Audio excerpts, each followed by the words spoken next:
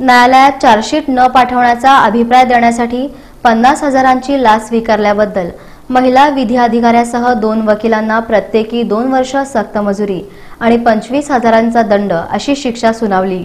Vijapur road परिसरातील दंतकाळे orthopaedic हॉस्पिटलमध्ये शस्त्रक्रियेपूर्वी भूल देताना सुदीप सावळगी यांचा मृत्यू झाला होता। भूल देण्याची प्रक्रिया डॉक्टर कविता निवर्गी यांनी पार पाडली होती।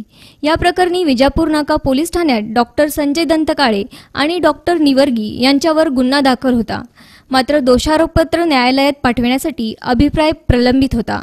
या संदर्भात ॲडव्होकेट सुनील मानकामे यांनी डॉक्टर संजय दंतकाळे यांना 4-5 वेळा फोन केला आणि गुन्ह्यासंदर्भात ताबडतोब भेटण्यास सांगितलं।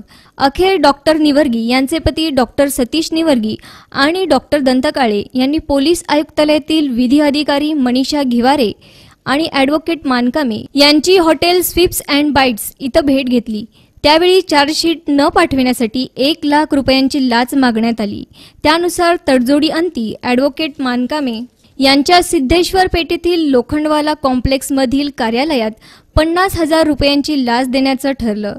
त्याप्रमाणे तिथं अँटी करप्शनच्या पथकानं सापळा लावला आणि 50,000 रुपयांची लाच घेताना ॲडव्होकेट मानकामे यांना रंगेहात पकडण्यात आलं। त्यानुसार न्यायालयात दोषारोपपत्र पाठवण्यात आलं। याबाबत केलेल्या युक्तिवादाची अधिक माहिती सहाय्यक सरकारी वकील आनंद कुर्डूकर यांनी इन सोलापूर न्यूजशी बोलताना दिली। आणि त्यांच्या विरुद्ध 304 भादवी खाली गुन्हा दाखल होता।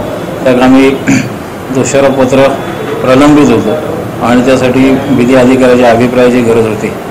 विधी अधिकारी लोकसेवकाने अभिप्राय देण्यासाठी नकारात्मक अभिप्राय देण्यासाठी 50,000 रुपयाची लाच मागितली व आरोपी नंबर 2 कडून ती स्वीकारली।